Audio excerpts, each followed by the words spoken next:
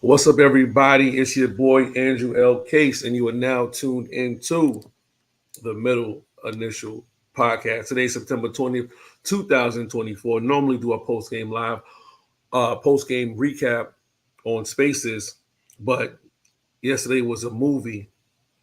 I cannot begin to tell you how great yesterday was. You hear it in my voice. I was screaming, I was yelling, I was stomping, I was banging, I was talking the most cash money shit for the 99 and the 2000s. So that's why we didn't go live after the game. And since I'm home today, I say, why not treat the fans who were so good to us, celebrating our 4-year anniversary? JJ was definitely in the building. Justin is here. What's up, Jay? And Mike, the apprehensive, ever nervous, and walks the mile every time the Jets put up points. 24 points is going to be a long road for Mike. What's going on, Mike? That's gonna be so long, but I'm ready for it. I'm ready for it. You I'll look take good, it. man. You look good. Listen, take it. The way the Jets offense looks, you're going to be slim and trim and in fighting shape by the end of the season, brother. Yep. By the end of the season, by the Super Bowl. Well, the Super Bowl is the end of the season, so yeah. So if we make it that far, walking to New Orleans, right? If we make it that far, who knows? But definitely appreciate you guys jumping in, sit there and talk with me post game live. Make sure you guys subscribe. Make sure you guys are following us on social media. Of course, if you've seen us on Twitter and you aren't subscribed or you aren't following us, make sure you follow. And if you've seen us on Twitter and you prefer to go on YouTube, follow us on, subscribe to our channel on the YouTube and give us some love. Good morning, now afternoon. Nice meeting you yesterday officially, Ed, one of our contest winners. That's why you got to make sure you subscribe, make sure you're following us. Definitely hooked up with Ed yesterday. I'm gonna give y'all a little, if you haven't been paying attention, some pictures, some video from yesterday. But I don't know where to start as far as the entirety of the day because there was so much that went on. Let's start with the fact that it was our 4-year anniversary. Shout out to Nick and Nick Tailgates. Shout out to both Nicoles. Shout out to Blake Jets. I'm not gonna remember everybody, but it was a great crowd. We sat together. I'm gonna post some pictures. I'll let y'all see exactly what's going on. Shout out to Rodney. Everybody came out. Khalil, man. But let's kick off with the first shout out, man. I said it that this man was going to be here, and I kind of said it. I kind of said it like a little bit of hesitation. I just wasn't too sure, and I didn't keep checking, but we kept checking on each other. The biggest shout out to Quincy Enunwa, man. Big shout out to Quincy Enunwa for pulling up, man. It's not every day you get a fan favorite, a former Jet to come out to an event, much less get an opportunity to have a conversation with one. If you're not familiar with the show, we've had Q on a couple of times. Great guy. He's in media now. I know people like to, when they see him, he look good. We need you out there, or when you gonna come back. But look, if Q could play, he would. Trust me, if Q could play, he would have been playing. But yeah, I'll start there. He hit me up yesterday. He called me. He's like, "Yo, where's L13?" He popped the L13. He had a Nick Mac. You know what I mean? He was definitely out there, bro. Great experience. So if you didn't get to run into him yesterday, he sends his apologies because he had to go and get mic'd up and get ready for television. But definitely appreciated that. Ed says I'm so dead. I won't become as much because I'm going to be laying down. Listen, Ed told me. Listen, I'm gonna say right now. Ed told me, he hasn't been to a Jets game since, I believe. Correct me if I'm wrong. Ed, either '96 or '97. Jesus. And he has a bad back. For Ed to so Ed didn't think he was going to win the contest. For the ticket giveaway, he didn't think he was going to win. Mm-hmm. So when he won, he had to really speak to his people like, yo, should I go? And like, Ed, you haven't been out, you haven't been doing anything, come out. So Ed is telling me the story and stuff like that. And I'm like, yo, for our 4-year anniversary tailgate, to be the time, and for Thursday night football prime time be the time that Ed comes out and just has a ball with us. And he had to drive all the way back to Long Island, the 2 hour trip back to Long Island. Yeah, that's what makes this great for me personally. The fact that we were able to do that. So that was also dope. JJ, you were there, I was there. But I'm gonna let you tell it from your point of view. Besides the tailgate, what was the atmosphere? How electric was it for you? Now, so first I got a question. So me and my girl, we came in a little bit late, so we missed the knickknack. So how was that? Bro, if McDonald's sold that, they'd be back on top. I'm telling It's like I'm that. telling you, it was like three different. I think it's like brisket, and it's like three different types of meat, different cuts of meat that she got custom made at the butcher for these patties. 100 patties, bro. They were done. 100. I I had can only imagine, I bro. had one. I had one. Damn. 100 patties. It was just like a Big Mac. Like, you got your Hmm. patties, you got your buns, you got your cheese, you got your lettuce, but you don't have Nick sauce. Hmm. McDonald's, you don't have Nick sauce. I'm telling you right now, you do not have Nick sauce. You don't have that. And then the other Nick, other Nicole, she made wings. Did you try the wings? I didn't get a chance to try anything. All I, bro, I, when me and my girl popped up when we had that shot, that was the entirety of our It was still our it was experience. it was still wings. I Yeah. had I had wings after the game in the tailgate in the parking lot. It's like some of them are cold. I looked at her like, I don't give a flying f, bro. those wings were those wings was fantastic, bro. Yeah, With the no, good because I food. saw the picture of Q with the Quincy with the with the Nick Mac, and I was like, "Oh, that looks delicious." And then Yo. I was kind of like eyeing around, trying to see if there was anything left, and I was like, "Nah." I'm like, "Damn, I'm so bad." But bro, that like I could feel like nervous. I mean, like I know Mike was feeling nervous energy, and he was talking about it in the Discord. But I could feel some nervous energy in the stands in itself because it's just like a lot of these people were here last year, and they're just like, it can't happen again. And then what happened was they started playing Thunderstruck, and I said, "Oh, damn it! No, we can't do this. Like, why are we? This song is cursed." And then he maybe came Aaron, out, he maybe ran that's out. Aaron's song. That's Aaron's song. That's what he likes. That might be his song. I don't know. It might be. You might be right. Might Because be his when they song. played it, I was just like, they couldn't I'm like find Nicole is anything. They somewhere couldn't go. They screaming. couldn't. They couldn't go. Mariano Rivera Enter Sandman, which is like the only rock song that I like, simply because it's Mariano. I But remember I put that song on one of my walk videos, and you're like, "I'm not watching it with that song. I'm not watching it with I'm Thunderstruck." telling you, I'm telling you, And as that soon that as we song get has been Else cursed. Rodgers, The only way it's reversed is if we get a Super Bowl win this year out of it, and then I'll be like, you know what, it's back on it's back in. But Yeah. I can't do it until because of what happened last year. But yeah, but as soon as they got that first down, like things calmed down. Like they didn't score on the first drive, but nah, like nah. but they punted the ball, and then the defense set the tone, and then we were off to the races. JJ, how do you compare the atmosphere? Because you're a season ticket holder, Hmm. and you've been to both primetime home openers.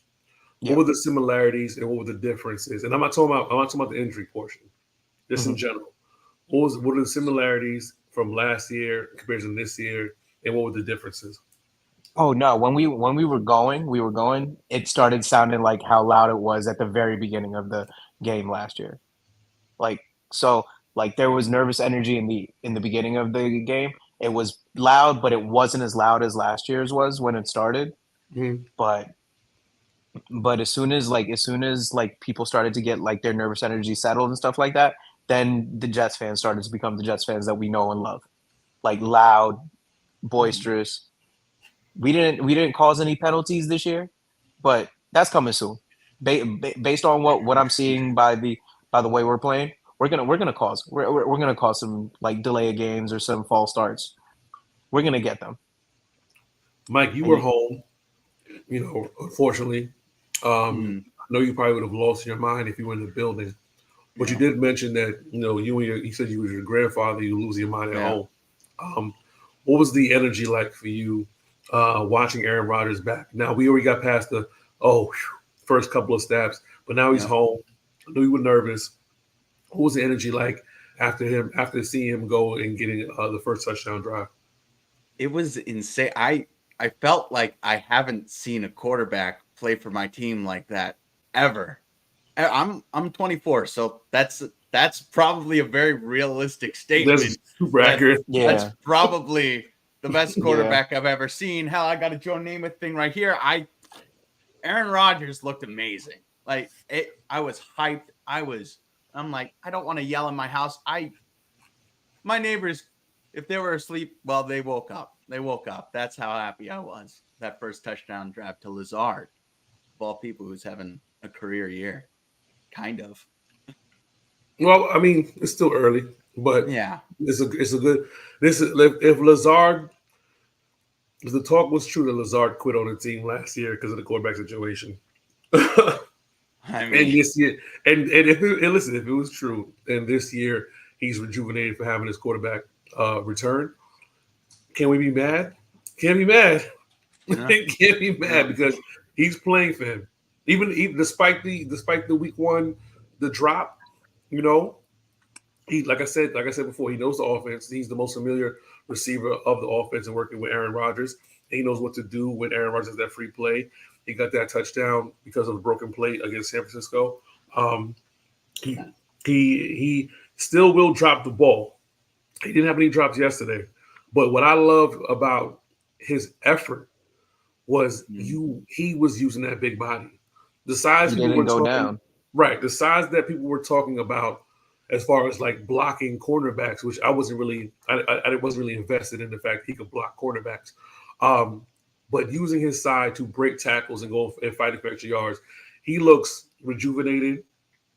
He looks happy. Rodgers looked like, people were like, oh, well, Rodgers only had 100 and some odd yards versus Tennessee. Some people were saying he might, he might be regressing or whatever, different subjects of conversation, how the offense looked and, we didn't do the greatest against Tennessee. I mean, again, if you're watching the game like how we were watching the game, you're going to disagree.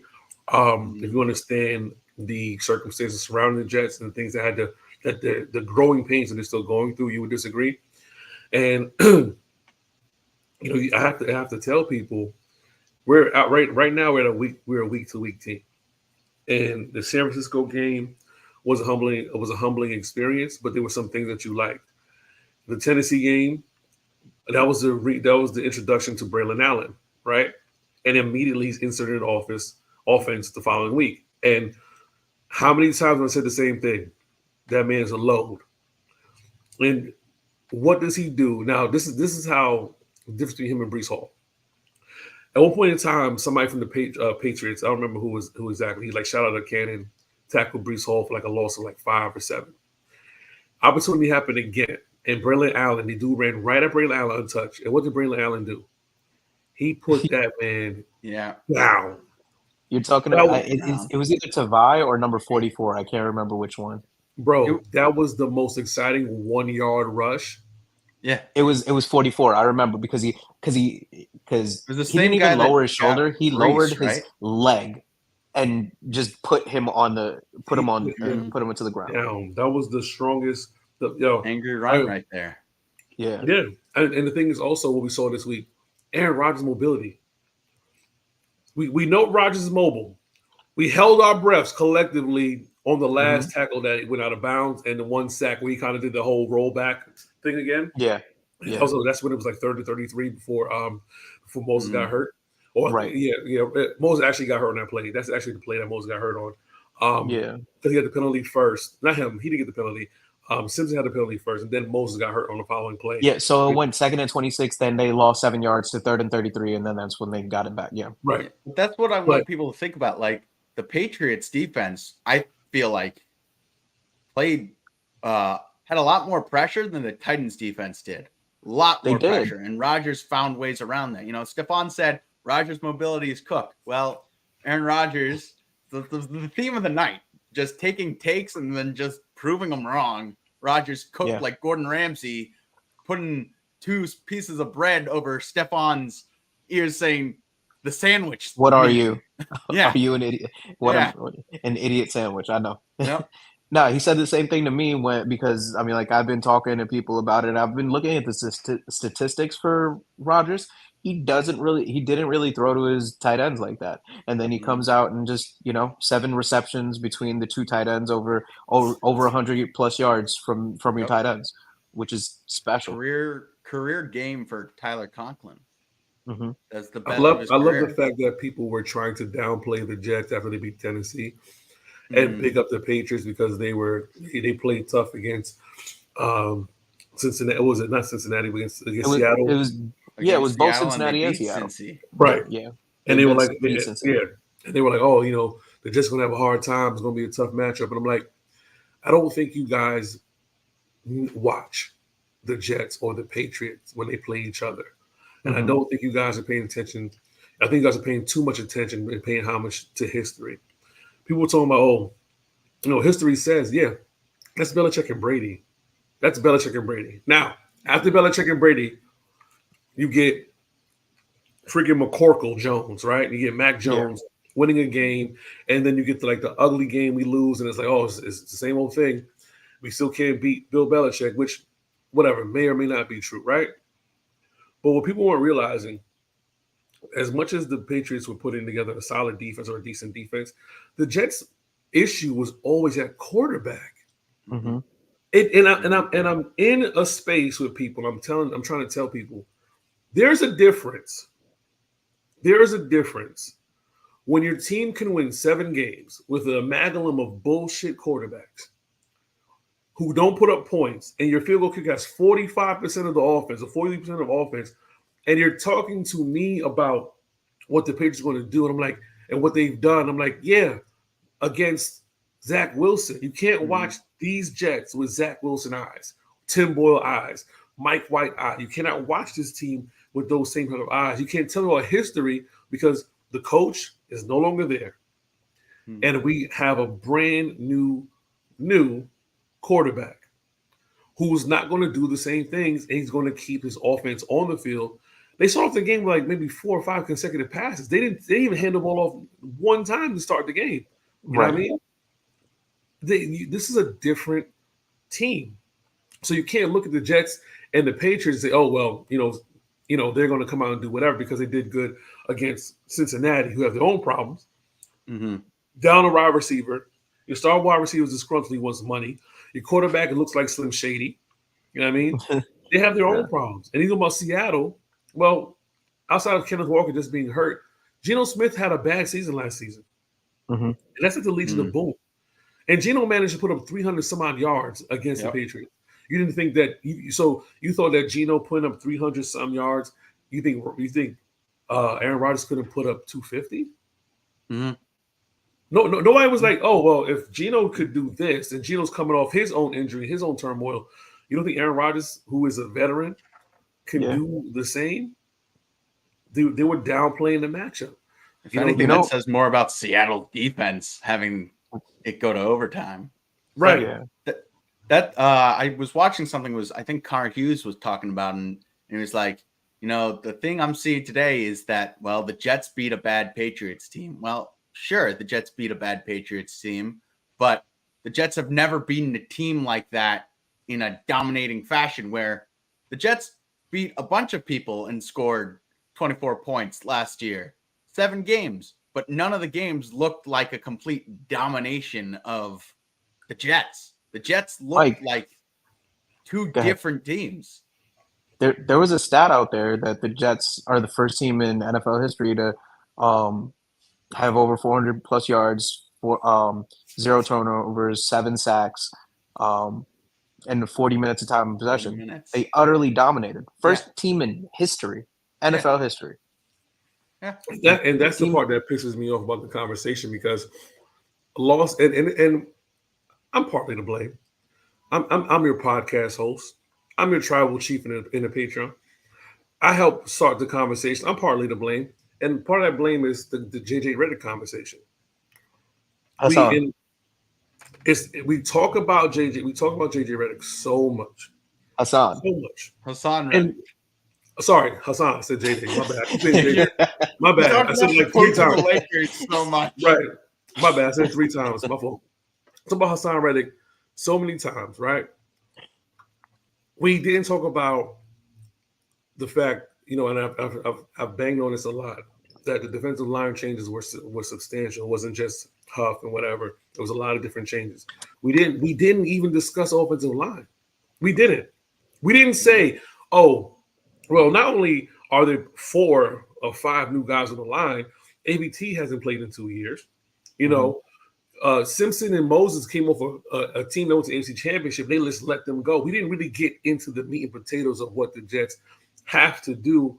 And on top of that, we didn't talk about the fact that as the starting unit didn't play a single snap of real football the entire summer.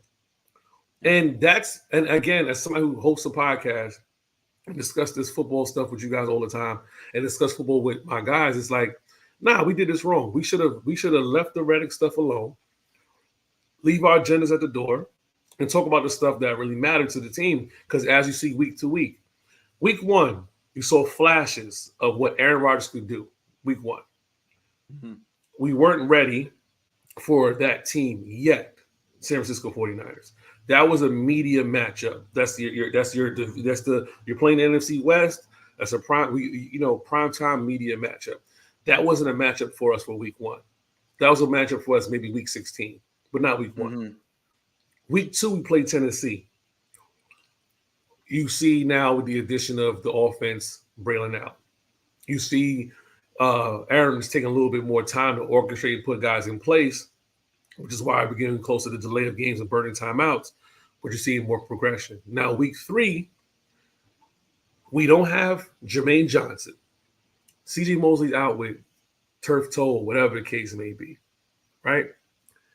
But yet and still, we're seeing a completely different offense and a defense who just proved last week we can stop the run.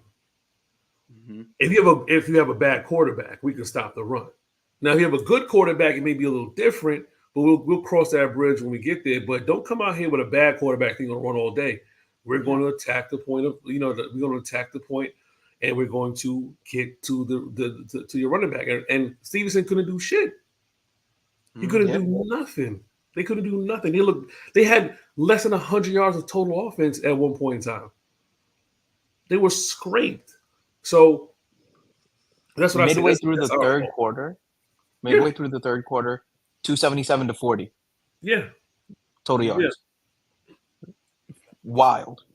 You don't see that ever. You don't. And as our schedule is the 4th easiest schedule, we're going to go play Denver in 10 days, and they have a bad quarterback. They got a rookie quarterback. Right. We don't have a and bad offensive line as well. Crazy stat. None of the rookie quarterbacks have scored a touchdown, thrown for a passing touchdown. I saw that. Yeah. Until we played Minnesota, and I'm not going to say real test. That's nonsense. We're going to play Denver and improve even more. The guys are going to be coming back. Mosley should be ready to come back. I'm hoping that the most injury is just like a sprain or a strain, like not an MCL strain or whatever. But I hope it's something that he can come back for. But we got Olu. We got Olu right there. Like there's going to be adversity. There's going to be a lot of stuff that's changing. But one thing that people who aren't Jets fans or Jets haters are not going to understand or grasp because they haven't seen it is good quarterback play. Yeah. You're not going to understand it. You're not going to understand what we mean because you have never seen good quarterback play. Yesterday was the first game in quite some time that when I saw a 2nd and 16, I was like, okay, no problem, we got this. And he'd make it happen within that play. I thought he was like, oh, we got 2 plays to get 16 yards. He's going to get us 16 yards without a question. He might even get us more. And he's dotting these dudes up, getting these guys in the right position, and then throwing it in the perfect area to get a first down or a touchdown for that matter. Which when, like I'm telling you, when I saw him throw that pass to Garrett Wilson in the end zone, I was like, no, oh, okay, yeah. Zach Wilson, yes. that's a pick 6 right there. Oh yeah, 97-yard pick 6 without question. Yeah. The atmosphere. He spread the ball around to everyone. Like the one play that's probably not going to be talked about because it wasn't a huge play, but it was 3rd down. It was 3rd and short, and I think it was play action. And all of a sudden, you see he's trying to go to Ruckert, and I'm thinking, dang. I'm thinking like my Jets mind. Well. 1 yard, Ruckert's not going to get open. Quarterback's going to get sacked. Rodgers like rolls out, throws a little shovel to Ruckert, first down. I'm like, oh, wow, I've never seen that before. Let's talk about that. 2. Let's talk about that, Mike. I'm glad you brought that up. Ruckert had some key catches. None bigger than the one that he caught on the outside for the first down. Yeah, that was a tough catch, bro. Going ahead out to the sideline. And he wouldn't go down. Yeah. Again, these guys do not go down. That was a tough catch. The yards after catch last night were insane, bro. It was. I mean, I'll say this much. Rodgers had missed. I think it was Mike Williams wide open in the end zone. Wide open. Like, I'm not talking about he didn't. When I say he missed them, he threw for first down. But if he was looking downfield, he was wide open. When you guys get a chance to watch, like, I mean, I have NFL Plus. I have NFL Plus. I'm able to replay games. Maybe I'll replay a game in the Discord only for our patrons, so we can watch it together, right? And discuss things. But there were a couple of passes that I feel like Rodgers. I mean, not feel like you see Rodgers missed. Couple of routes I feel like Garrett Wilson should have been like a little more sharper, and even he, tapped his chest a couple of times. Like, that's on me, whatever.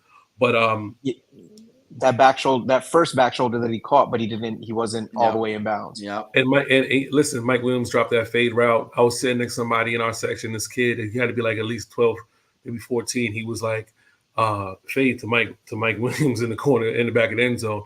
And he called it, and he just couldn't hold it in. We left, I would arguably say, 10 to 14 points on the board. Yeah. Like 10 to 14 points on the board. Yeah.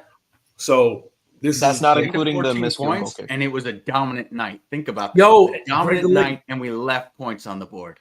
That's another thing too. Greg the Leg shanked one, Mike. Oh yeah, that was crazy. Like, because I saw it turn into a helicopter. I was like, "What? How did you kick that shit?" Bro, from our angle, we thought it was good.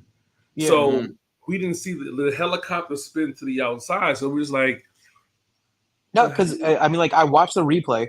He kicked it flush, and then all of a sudden, it just decided they didn't want it to. No wind. No, and that's the funny thing. Before he kicked it, I said, "Yeah, that's good. No wind. It should be good." And it just helicoptered to the right. You know what I mean? But yeah, we left points on the board. We left points on the board. Our defense did what they had to do. Like Jacoby Brissett was frustrated the entire game. They couldn't run the ball. Like, it should have been honest. To be honest with you, the score probably could have been like 40-3. It probably could have been. It could have been like 40-3 the way we played, or 35-3 the way we played offensively. We had some amazing drives, but it was electric. It was so electric in the building. No 3 and outs all night, I'm pretty sure. Yeah, no 3 and outs. No 3 and outs. No 3 and outs. But yeah, it was electric. Shout out to Nicole. Shout out to Rodney. Shout out to Blake. Like I said, I have a bunch of pictures. I'm not going to put everything up. Some were taken by me. You know what I mean? Of course, right there. Yeah, brother, were you able to zoom in and get the shoe that was on the flag? The what? The shoe? Yeah, the shoe on the flag. No, I didn't see. There's a shoe on the. So someone was like, during the thing. You know how they run and pull the flag out? Right. Someone busted their ass and lost their shoe in the process, Oh my god. and it landed on the And it flag. landed on the. Yeah. Oh. I When got I it. was a kid, I did that flag thing on the on the field before. That's right tough. there. Yeah. It's right there. Crazy. Yeah, nah. So it landed on the flag, and then what would happen is like, so you know how when they shake like, it. you know how they shake the flag, Yeah. that thing was popping like a pop like some popcorn. I could like I was trying to be respectful, but I couldn't stop laughing Like seeing that that thing parachute because game it that was you on did in my side of the elementary field. school. It was on my side of the field where I was sitting at. So me and my girl were seeing it like in clear view, and we're like, oh my god, and we're like, we're just silently like just chuckling because trying to be respectful for That's crazy. But you the just see the anthem, shoe but bouncing around. yes. Yo, that's crazy. That's And the I funny was just thing. curious, like if that girl got her shoe back. I'm pretty sure after they brought it together, somebody probably went to go retrieve it, but not right away. Because the only way to retrieve it, you have to get over and get there because in the you know flag. how they basically gotta they're wrapping it up, so it's stuck inside the damn right. thing. So somebody eventually had to open it up and let her walk in, or somebody else like maybe they flipped it out or something like that to get into the shoe. But that's crazy. As you see the subtitle of my name, Will McDonald, apologist. Will the Thrill McDonald. I know Will the Thrill is a baseball nickname, but nothing short of spectacular, bro. Like the things that Will does well. That's a tongue twister. Will does well. The things that Will does well is standing up. Like when they stand him up, he's just so fast. That one sack he got, I don't know how they just let him go through. He was butt naked, bro. The play action pass, right? No, I don't know if it was a play action, but I'm just watching the highlight, and I'm like, so no one's going to touch him, like no one's going to block him. Because I remember there was a play action pass where Jacoby Brissett turns around, and then basically Will McDonald is face to face with him, like bro, just right there. I'm like, that happened a lot. Chuck Clark, when Chuck Clark got a sack. Like out of nowhere. I don't know what blitzed a lot was doing. Yeah, last night. Which is great because they're adjusting their defense. They're making. I think they blitzed in spots. I'm not too sure. Like, and again, when I watched the game from the stadium, I might miss a couple of things because one, I'm talking shit. Yeah. Two, I'm looking at the screen get the decibels up. I'm looking at the back. I'm getting hype. Like, so I might have missed the freak. So I'm not like the frequency of blitzes. I may not have seen, but it just felt like every time Jacoby stepped back, he was in trouble. They were there. Yeah. It was good to watch them because not gonna lie, the first two games there was a little bit of concern in regards to the defense. And like, I love CJ. I want him back as soon as possible. But our defense looks faster. It might not be as cerebral, but it definitely looks faster with Jamie and Sherwood at the helm. Breaking news from Jordan Schultz. Hold on, guys. Breaking news from Jordan Schultz. Sources says right tackle Morgan Moses suffered a knee injury last night that will likely sideline him for at least a couple of weeks. He's unlikely to need surgery, which would be the best case scenario considering how it initially appeared. He's undergoing further tests to confirm, but the team is optimistic the injury is not as severe as it seems. So that's breaking news from Jordan Schultz. Good news. The good news is our insurance is getting Olu. Hindsight is 2020. Hindsight has LASIK, however you want to call it, but getting Olu Fashanu was the right move. And I think Denver's the perfect first full game for him to play. And thank God it's here and not there. Yep. And I mean, and for me, for AVT, like, I'm hoping he's going to be able to exercise that demon because the last 2 years, him going up again and him just seeing that helmet for next week. So So a couple weeks means, I mean, you got the 10-day weekend. Well, that's Mhm. great, actually, that it happened on a Thursday because now he has some Yeah. time to rest. And then he'll probably miss the London game, which Right. is Yeah. fine. And then Monday night, the Bills play. He might be that's able to even come a back for longer Monday week, night so he against might the be able Bills, to come right? for Monday night against the Bills. Or how about this? Olu Or comes Olu in, plays- Yeah.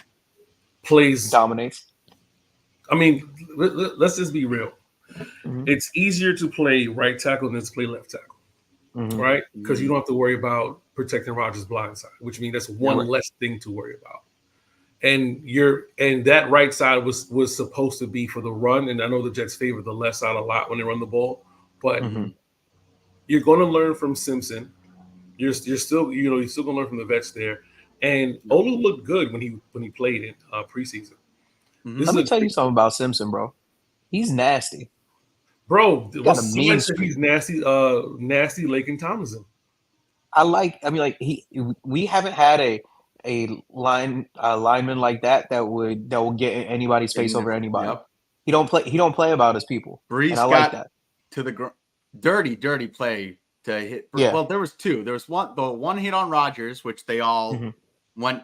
Actually, it was two hits on Rodgers when he slid out of the sidelines. Yeah, You saw the whole team going to him. When he got the rough and the passer, whole team go like. Mhm. Oh Zach. yeah. I watched Matthew Judon try to kill Zach Wilson, and no one cared. No Oh, one listen. came. Yeah, When he got slammed, it was Simpson who got it in the face of Yep. Tavares. When he slammed, he did not like that. He did not like yeah. that. No, he's got we need guys like that. Like Yeah. I want a guy that has a mean streak and don't play about his people, and that's Yeah. John. And it's John. I think it's John Simpson, right?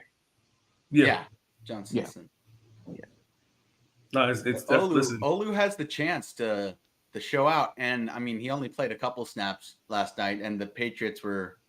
I mean, actually, the Patriots kind of were just trying not to get the Jets put points on the board, but I mean, he looked fine last night. Yeah. I mean, for the couple snaps that he played, I think he's only going to improve. Like you said, Case, he's got the vets teaching him. He's got Tyron Smith.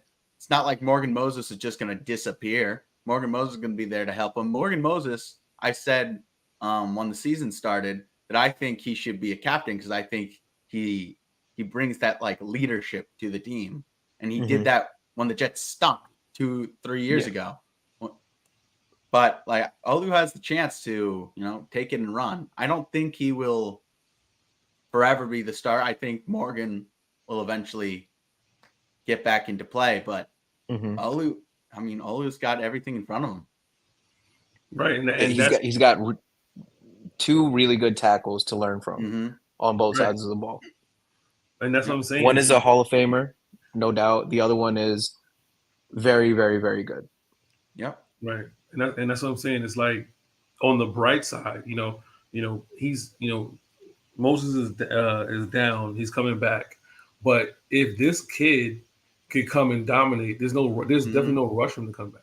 There's no need to reinsert the starting lineup. He could be that. Yeah, you know what?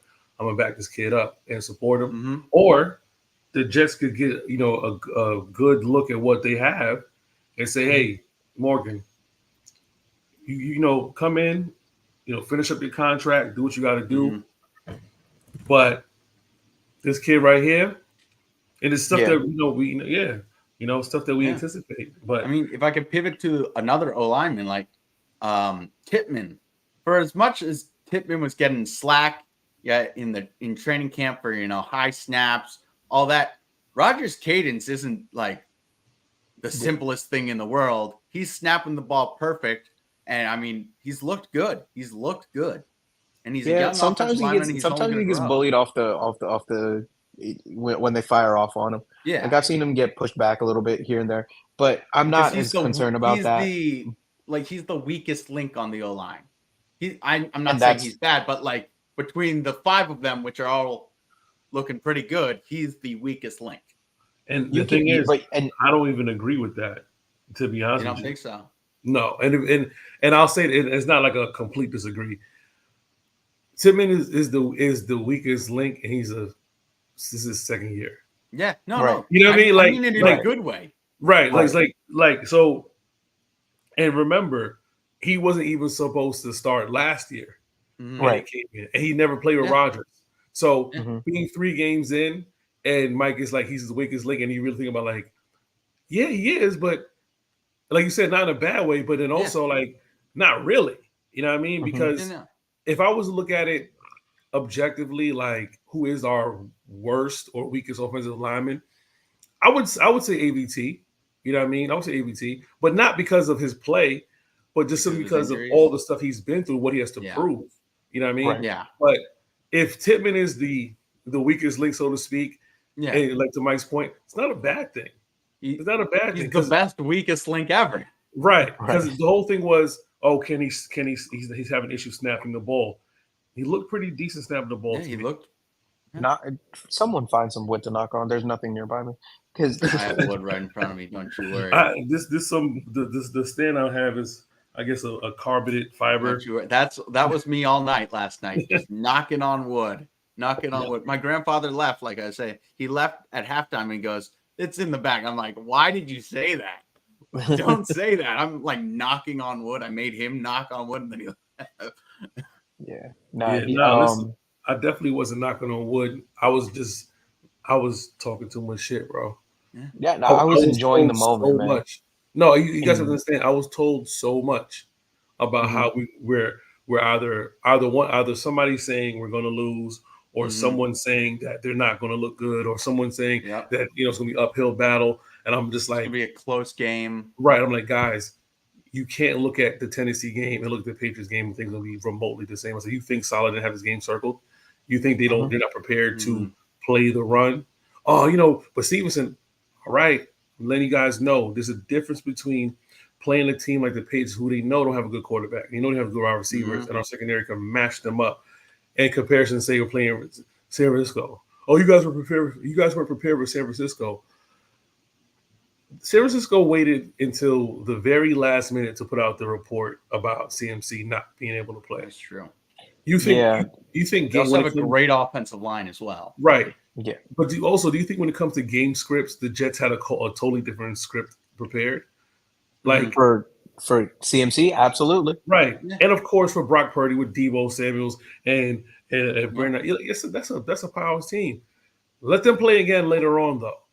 Yeah, they'll be more prepared. I'm not saying I'm not going to win. That's the first team the Jets played with Aaron Rodgers. 5 great offensive line. Tippmann played last year. I'm saying 5 new offensive line because again, Aaron never played with Rodgers. Exactly. So they're all new. I mean, Allen wasn't used. Allen is by far like the biggest surprise. I thought like the biggest draft pick that the Jets got that was being celebrated, like Olu was like the guy, like, all right. But everyone was talking about Malachi Corley. No one talked about Allen, or people talked about him, but I mean, not to that extent. Exactly. It's like I'm hoping they find a way to incorporate Malachi Corley. I think there's talent there that they can involve. But I think it's good that he doesn't need to. I mean, I guess you want to. I love that we don't need him right now. Exactly. Yeah. The fact that Gibson caught a pass, Gibson's a good returner. Gibson's a decent receiver. I mean, the fact that he was able to catch a pass last night just speaks to how just Rodgers sees the field, because no one was throwing to Gibson last year. Everyone was trying to just bomb it to Garrett. I mean, Gibson caught a pass and got us. I think it was like at the 10-yard line, and that's when Brees. It was a first down. It was a first down. I know. Well, that was when Lazard scored his touchdown. The next play. Yeah. They're slowly bringing Mike Williams, and once Mike Williams, they're gonna want. Listen, I'm telling you guys right now, bro. I'm waiting for that. I'm waiting for that bomb to Mike Williams. Next 10 days. When they're cleaning up their mess, Rodgers and Hackett is getting together. Like, we got to break the huddle faster. We got to assess what we're doing faster. Even though Aaron Rodgers he likes to use the clock because it works to his advantage when he's using his cadences. As Manuel Acho has been stressing, like he found his niche right now is covering Aaron Rodgers and alert and stuff like that. But the more time we have as a unit and continue to gel, we're gonna look better week to week. That Minnesota game is going to be the statement game. And speaking of Minnesota game, make sure you guys are looking out, coming out to brunch. Jets, Vikings at Diamante's London Watch Party Brunch, Sunday, October 6th. Doors open at 9 a.m. Kickoff at 9:30. We raised $1,100. I'm just going to speak on this briefly real quick while I'm posting this. We raised $1,100 for Solomon Thomas's cause at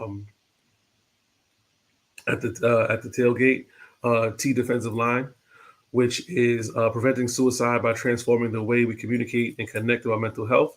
And this was founded by a few people: Solomon Thomas, Martha Thomas, and Chris Thomas. And we raised $1,100. After seeing that, I have decided that I'm going to match the donation. If we sell out this event, Jets versus Vikings at Diamante's London Watch Party Brunch, Sunday, October 6th, 2024, doors open at 9 a.m., kickoff at 9:30. We saw this brunch. I will match the donation and the money we earned yesterday, dollar for dollar. I'll put another $1,100 on top of that. So I want you guys to make sure you put the word out there. Let's sell this brunch out. Let's donate to a worthy cause. We didn't get the opportunity to do the streamathon, but you know, I look at this as a great opportunity for us to keep the momentum going, keep the giving and the sharing and the caring flowing. So we sell out this event. I will donate dollar for dollar.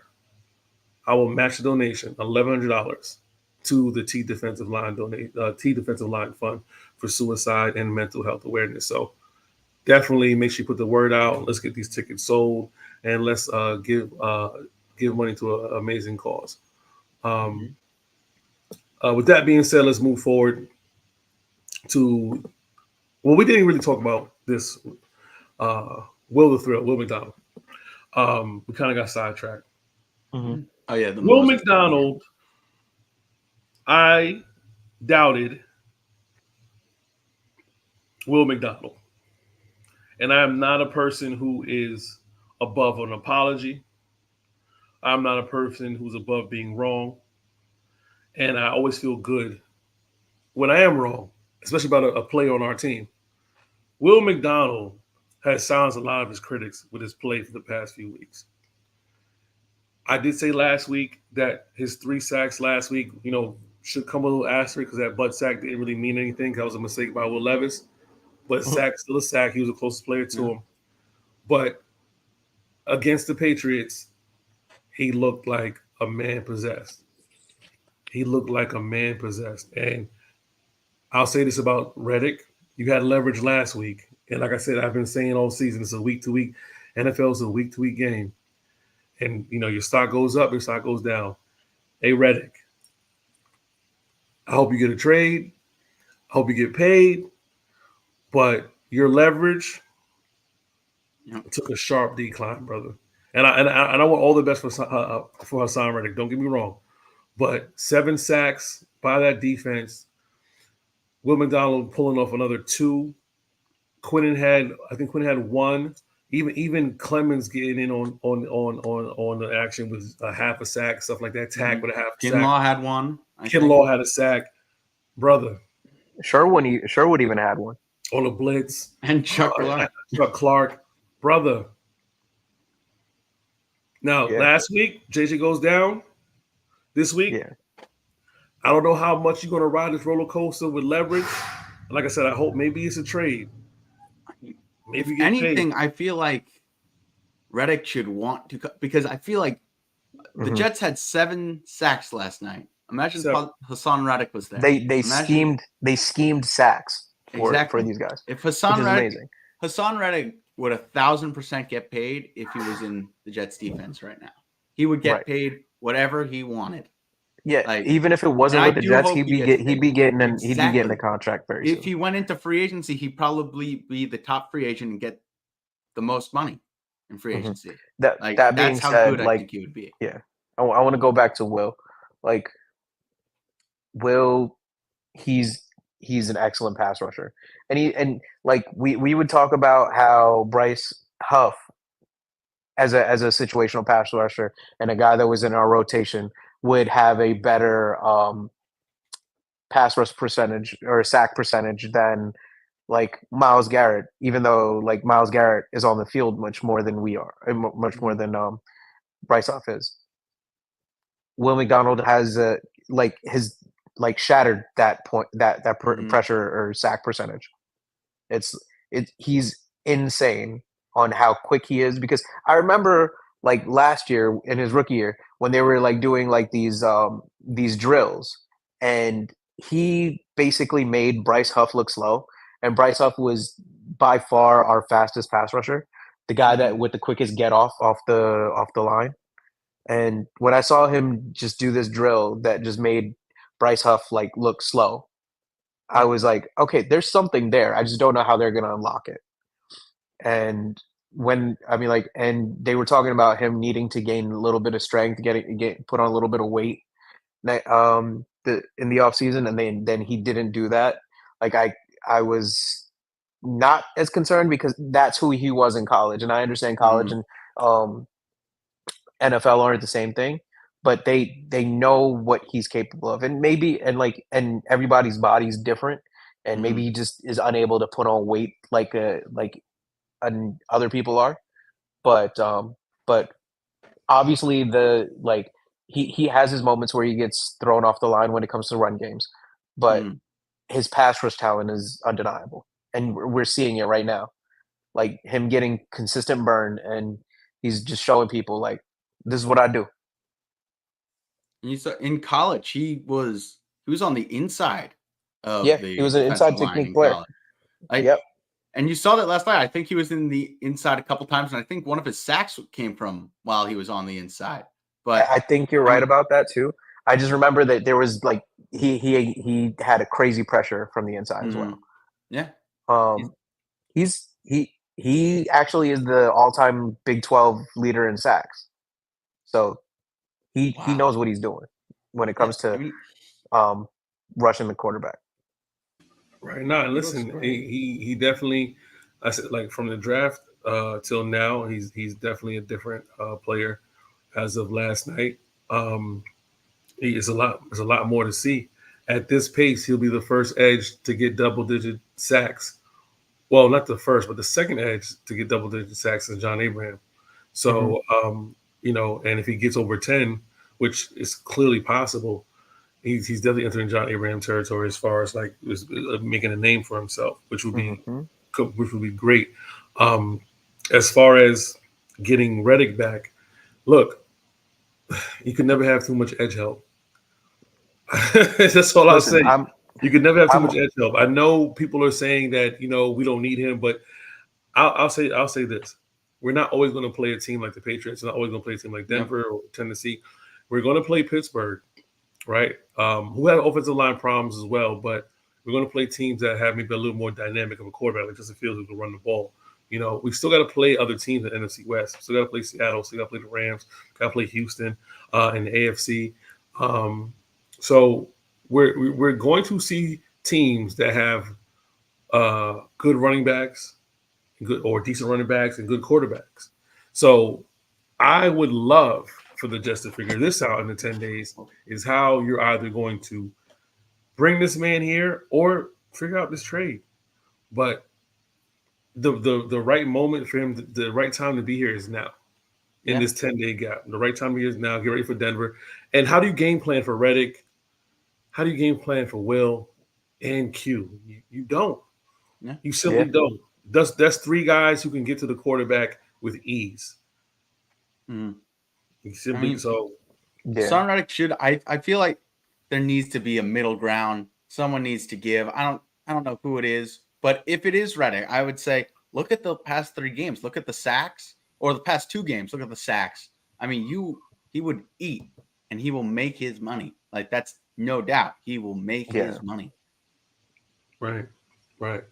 Um, let's jump ahead real quick to 10 days into the future, Jets versus Broncos. and then we'll take it from there. I really don't have anything for the Broncos as far as like scouting or watching them and say, oh, they're the tendencies. They're starting a rookie quarterback. Um, they don't look particularly well offensively. Clearly, they do have a capable defense. I'll say that much. You know, they managed.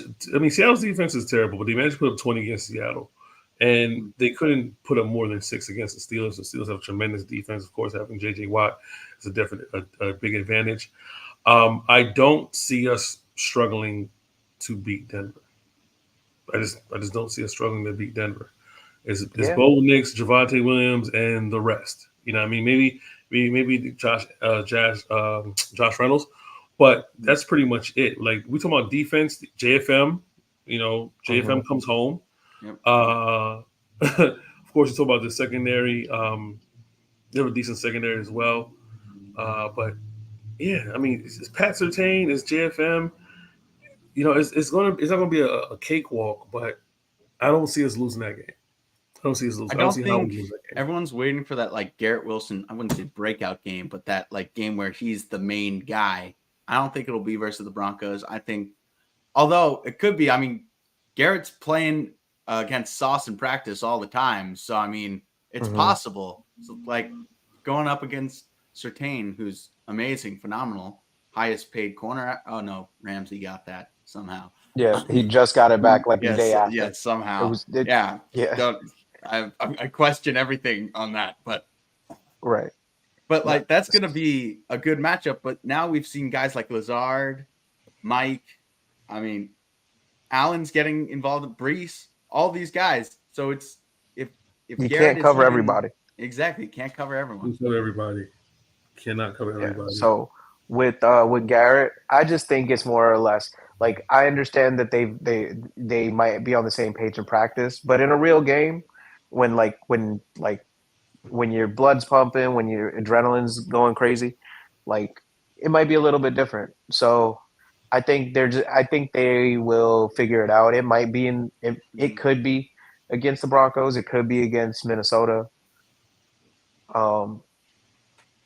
That game is coming within the next 3 games. That's my prediction. I mean, that big breakout game where Garrett goes for over 100, maybe 150, couple tuds, and we're just ready to go. Mm-hmm. I mean, San Francisco was his best game, and then you play the Titans, and that was opening drive. That was like that best game was just opening drive. So he was 4 for 4 in that first drive, and it was like 35 yards, something like that. But there's going to be moments where the Jets going to take the top off, and I know Rodgers wants to take the top off. He did try to throw it to him, but matter of fact, that was one of the passes I didn't like from Rodgers. I felt like he had Garrett Wilson over the top. They threw it behind him for a back shoulder for some reason. I didn't understand that part. But there's going to be moments where when they're on page, they're going to sit down. Garrett Wilson and Aaron Rodgers have a great relationship. They're going to sit down in that film room. They're going to look at the play that I just mentioned and say, what could we have done better here? Should I I could have gave the ball over the top, or you could have paused and took the back shoulder, catch it, and use your moves in a one-on-one situation. Like I know they're going to have those type of conversations, and then I know they're going to have the conversations with Mike Will. Like, hey, I missed you on this play. You were wide open, and I didn't see you. We got the first down, but I didn't see you in the corner. Let's work on that. Let's work on our connection, because Rodgers has a connection with Garrett Wilson. Doesn't necessarily yet have a connection with Mike Williams. So, but you could tell he trusts him because he catches everything that gets thrown his way. Listen, his hands are on, like he has his hands on the ball whenever Mike Williams has thrown it. Right. Yeah. It's a work-in relationship. That's what I'm getting to. Like everything right now is all right. Like at least we can say with Garrett Wilson with confidence, he had 2 camps with Garrett Wilson. He just he didn't have a camp with Mike Williams. Yeah. Mike Williams wasn't available, so that's the whole thing. Like as much as he trusts, one pass would have been a touchdown, but the Patriots made a great defensive play and knocked the ball. They did. Mike's hand. It would have been a touchdown right there. Right. So as much as we can say about relationships, I'm speaking strictly of the fact that he has a better long-standing relationship with Garrett Wilson, and he's working on his relationship with Mike Williams as the season goes. Like this is going to be week to week from the Jets. So And Rodgers wants to give guys a shot. Rodgers wanted 300 yards, and he won that third touchdown. He wanted Mike Williams to get that touchdown, and he was pissed, visibly pissed that Mike couldn't hold it in. And it dispels all the stuff about his attitude in the locker room. Mm-hmm. Aaron Rodgers is very well aware of what's at stake. You can hate him for the other stuff he said, and that's completely fine. But we just leave it between the sidelines and what he's done on the field, his reaction to his teammates, and how he's been coaching his teammates and stuff like that. We know what he wants on the field, and that's all that matters to me. Get this stuff all done on the field, because the other stuff we can talk about till the cows come home. I get that. But right now we're in the middle of the season, and we're not talking about all the other nonsense. We're talking about football, which is great. The offseason was mainly about football. So another thing that was absent from last year, that this season was mostly about football in the offseason. So, again, those are the great things that we're getting from this rejuvenated Aaron Rodgers, who said himself he feels like, how he felt some years before. Like, he's getting into the groove. That's the most important thing. And they're not there yet, which is scary for the rest of the league, because yesterday, as you said, JJ, the Jets were historically good. No team in the Super Bowl era has ever got 400 yards of offense, 0 turnovers, 40-plus time of possession, 0 touchdowns, and 7 sacks. No team in NFL history. And we're talking about the third week. If we had lost last night, what would the conversation be? Oh, the Jets can't do this. Oh, the Patriots are this. Blah, blah, blah. And as soon as the Jets win, it's just the Patriots. Man, fuck y'all. It's just yep. Yeah. Man, fuck y'all. Fuck y'all. Because y'all, this is what I hate about the conversation. Goalposts being moved every single time. This is what I hate about the conversations. When you're trying to railroad me and say the Patriots are this, they're going to be this, and second and third, they're going to give just a hard time, and I'm like, no, I don't think so. They're not going to. You're looking at the team wrong. You're looking at our team wrong, and then we win, and it's like, it's the Patriots moving on. Wow, the same energy y'all put into hating them in the short week. Keep that same energy for sucking us off, for being a dominant team, historically dominant team. You're not doing that right now. You're not giving us credit for what we're doing. So now we have to go ahead and, you know what? Come on, Denver. We got to beat somebody else's ass. So how much ass do the New York Jets have to beat in order for us to get respect? A lot. Yeah. We have to whoop a lot of ass. We got to beat Denver. We got to beat Minnesota. We got to beat Buffalo before I think we start getting. So we got to be like 5-1? We got to be 5-1. People actually take the Jets. Yeah, but I'm fine with that as a fan. And I always say, and this is my new philosophy: fans write checks that teams can't cash. If anybody from the New York Jets organization or any player hears my words, if I was a player in the locker room right now, the motto is forget jet up, forget take flight. It's we need to kick everybody's ass. That's it. We're not the Jets anymore. We're the New York ass kickers. We go there and kick everybody's ass. We got to earn our respect. We got to fight for our respect because they don't respect y'all. And y'all know they don't respect y'all. So just keep lining up these ass whippings. Yeah.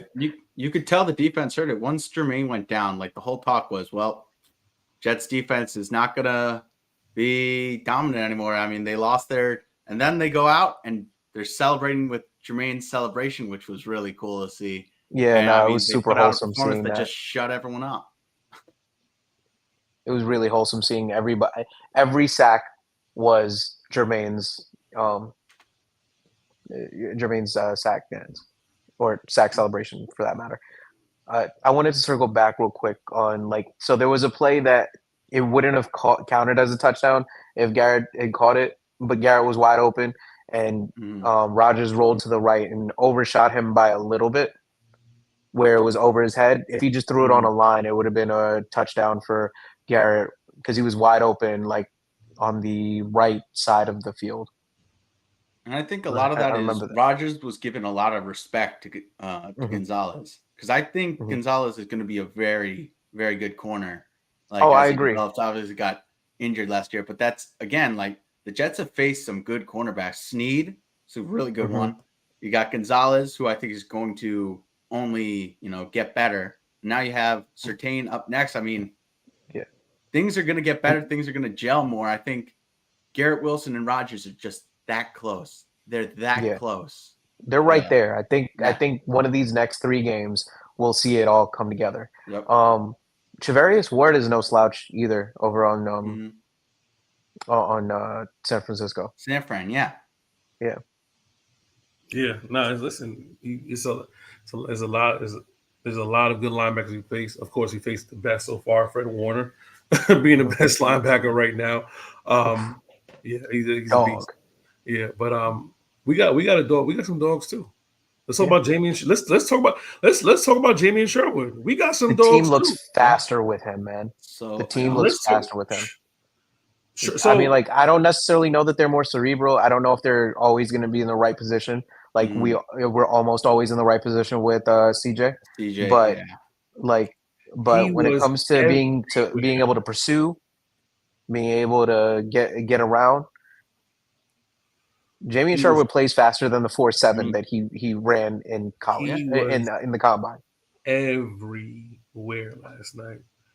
Everywhere. I mean, that speaks. We were missing Jermaine and we were missing CJ, and we still they still went. Yes.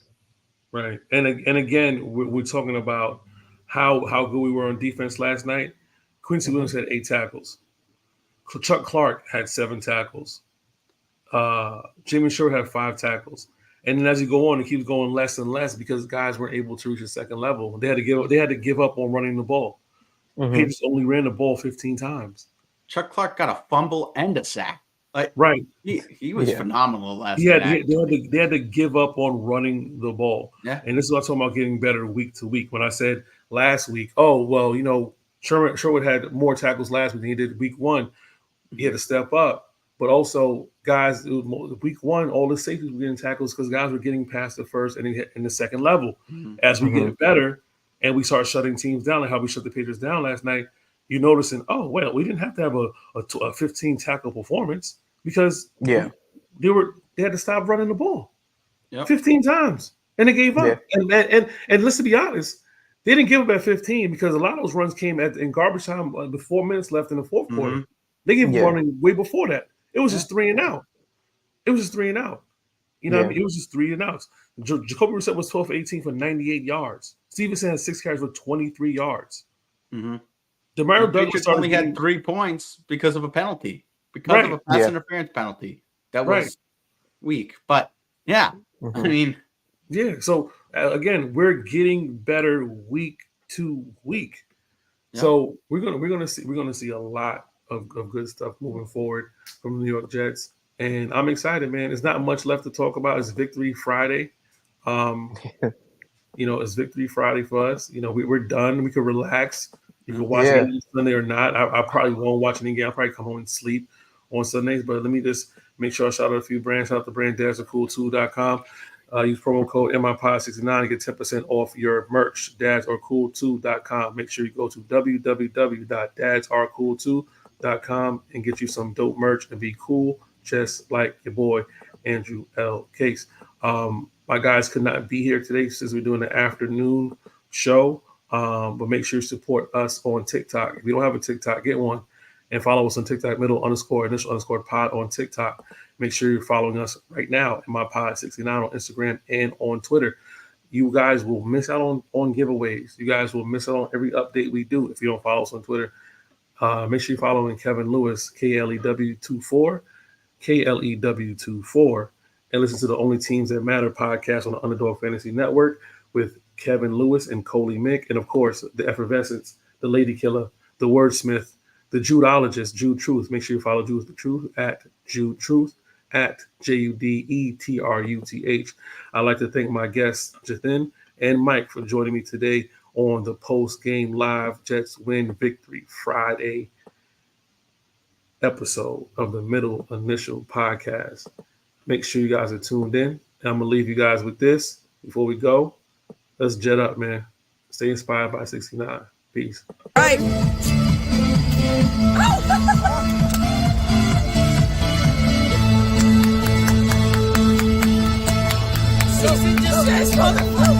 That's gotta be so fucking cold. Jets win, baby! There we go! Good win, good win. Good win. Jet up.